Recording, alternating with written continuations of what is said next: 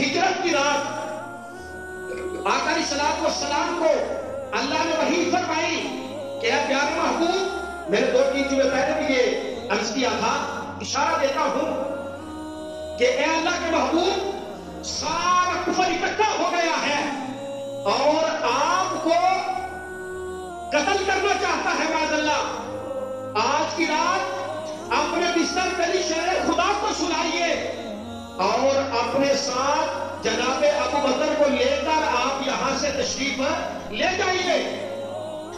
تو میرے بھائیوں، حضرت ابو بکر صدیق رضی اللہ تعالیٰ عنہ سرکار کے ساتھ ہجرت کرتے ہیں اور غار ثور پہ پہنچتے ہیں، جہاں پہ داخل ہونا بڑا مشکل کام تھا۔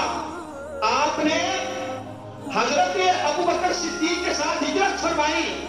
جب غار ثور میں پہنچے تو سرکار نے داخل ہونے کا ارادہ فرمایا تو آپ نے عرض کیا، یا رسول اللہ صلی اللہ علیہ وسلم، حضور آپ ٹھہر جائیے، غار بڑی پرانی ہے، سب سے پہلے میں دکھتا ہوں، ذرا غار کو میں صاف کر لوں، پھر آپ اندر داخل ہو جائیے۔ میرے بھائیو، حضرت ابو بکر نے غار کو صاف کیا۔ غار میں پرانے سوراخ تھے، آپ نے اپنی چادر پھاڑ کر سارے سوراخ بند کر دیے اور پھر سرکار سے کیا، یا رسول اللہ صلی اللہ علیہ وسلم، حضور آپ غار کے اندر تشریف لے آئیے۔ میرے بھائیو، جب میرے آقا غار کے اندر تشریف لائے تو حضرت ابو بکر نے سارے سوراخ بند کر دیے تھے، جو سوراخ بچا تھا اس کے اوپر اپنی ایڑی رکھ لی تھی۔ آپ نے واقعہ سنا ہوا ہے۔ میرے بھائیو، اسی غار میں ایک سانپ تھا، وہ آقا علیہ السلام کی زیارت کرنا چاہتا تھا، سارے سوراخ اس نے دیکھے، سارے بند تھے۔ قربان حضرت ابو بکر صدیق کے مقدر پہ کہ آپ بیٹھے ہوئے ہیں، آپ کی گود میں آمنہ کے لال کا سر مبارک ہے۔ آج اگر کوئی عبادت کرتا ہے، وہ اللہ کی بارگاہ میں عہداری کرتا ہے، تو اس کے آنسو اس کے رخسار پہ گرتے ہیں، اس کی داڑھی پہ گرتے ہیں، مصلی پہ گرتے ہیں۔ قربان جائے ابو بکر کے آنسو پہ کہ ہیں اطاعت مصطفیٰ میں، اور آنسو گرے تو وہ بھی چہرہ مصطفیٰ پہ گرے۔ میرے بھائیو، حضرت ابو بکر صدیق رضی اللہ تعالیٰ عنہ اپنے کندھوں پہ بٹھا کر آقا علیہ السلام کو غار ثور پہ لے کر گئے۔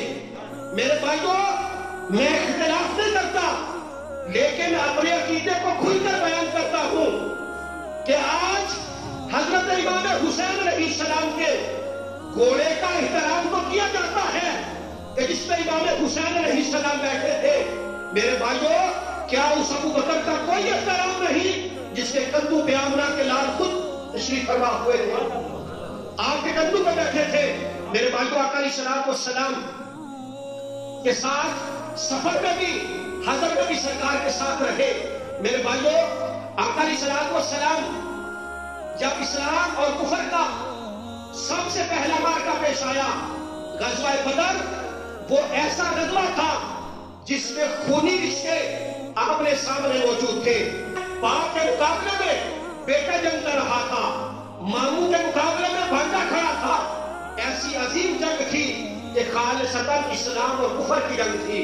میرے بھائیو، حضرت ابو بکر صدیق رضی اللہ تعالیٰ عنہ کے بیٹے حضرت عبد الرحمن بن ابی بکر اس وقت کافر تھے، بعد میں اسلام لائے۔ ایک دفعہ بیٹھے ہوئے تھے دونوں باپ بیٹا، اور بیٹا عرض کرتا ہے، ابا جان، غزوہ بدر میں آپ کئی مرتبہ میری تلوار کے نیچے آئے تھے، میں نے آپ کو اپنا باپ سمجھ کے چھوڑ دیا تھا۔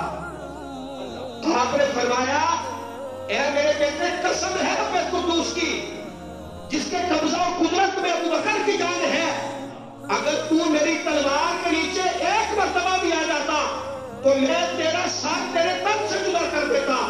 عرض کیا بجان اس کی کیا وجہ تھی؟ آپ نے فرمایا، بیٹے، تو میرا بیٹا بعد میں تھا، میرے نبی کا دشمن پہلے تھا، اور میں تیرا ساتھ تیرے تن سے جدا کر دیتا، کبھی بھی یہ نہ دیکھتا کہ تو میرا بیٹا ہے، پہلے یہ دیکھتا کہ تو اسلام کا دشمن ہے۔ میرے بھائیوں، معیار محبت یہ ہے کہ آقا علیہ السلام نے فرمایا کہ تم میں سے اس وقت تک کوئی کامل مومن ہو ہی نہیں سکتا کہ جب تک وہ اپنی جان، اپنی اولاد، اپنے والدین، کائنات کے ہر رشتے سے بڑھ کر میرے ساتھ محبت نہ کرے، تو میرے بھائیو حضرت ابو بکر کی ذات وہ ہے کہ آپ نے کائنات کے ہر رشتے سے بڑھ کر آقا علیہ الصلوۃ والسلام کے ساتھ محبت فرمائی ہے، اپنا مال خرچ کیا ہے۔ اور میرے بھائیو آقا علیہ الصلوۃ والسلام نے فرمایا کہ مجھے سب سے زیادہ نفع ابو بکر کے مال نے دیا ہے۔ اور دوسرا میرے بھائیو، میرے اور آپ کے آقا مولا نے ارشاد فرمایا کہ میرے صحابہ، کائنات میں جتنے لوگوں نے میرے اوپر احسان کیے تھے، میں نے سب کے احسانات کا بدلہ دنیا میں ہی چکا دیا ہے۔ ابو بکر وہ ہے کہ جس کے احسانات کا بدلہ قیامت کے دن اللہ رب العزت خود ادا فرمائے گا۔ میرے بھائیو، حضرت ابو بکر صدیق رضی اللہ تعالیٰ عنہ کی بڑی شان ہے۔ تو آپ سرکار کے بڑے پیارے صحابی ہیں، اور سرکار کے ایسے صحابی ہیں کہ جن کی صحابیت قرآن سے ثابت ہے۔ آپ کے بارے میں قرآن کی متعدد آیات نازل ہوئی ہیں، سرکار نے آپ کے متعلق بڑے ارشادات فرمائے ہیں۔ میں نے یہ بات دوبارہ اس لیے کی کہ ابو بکر صدیق رضی اللہ تعالیٰ عنہ کوئی تاریخی شخصیت نہیں کہ جن کو دل چاہے تو مان لیا، دل چاہے تو نہ مانا۔ حضرت ابو بکر کی ذات قرآن سے ثابت ہے اور نبی کے فرمان سے ثابت ہے۔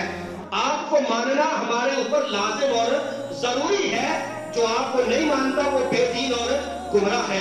اللہ کی بارگاہ میں دعا ہے کہ اللہ تعالیٰ ہم سب کو سرکار کے صحابہ کی تعلیمات کو بنانے کی توفیق عطا فرمائے، آمین۔ وما علیہ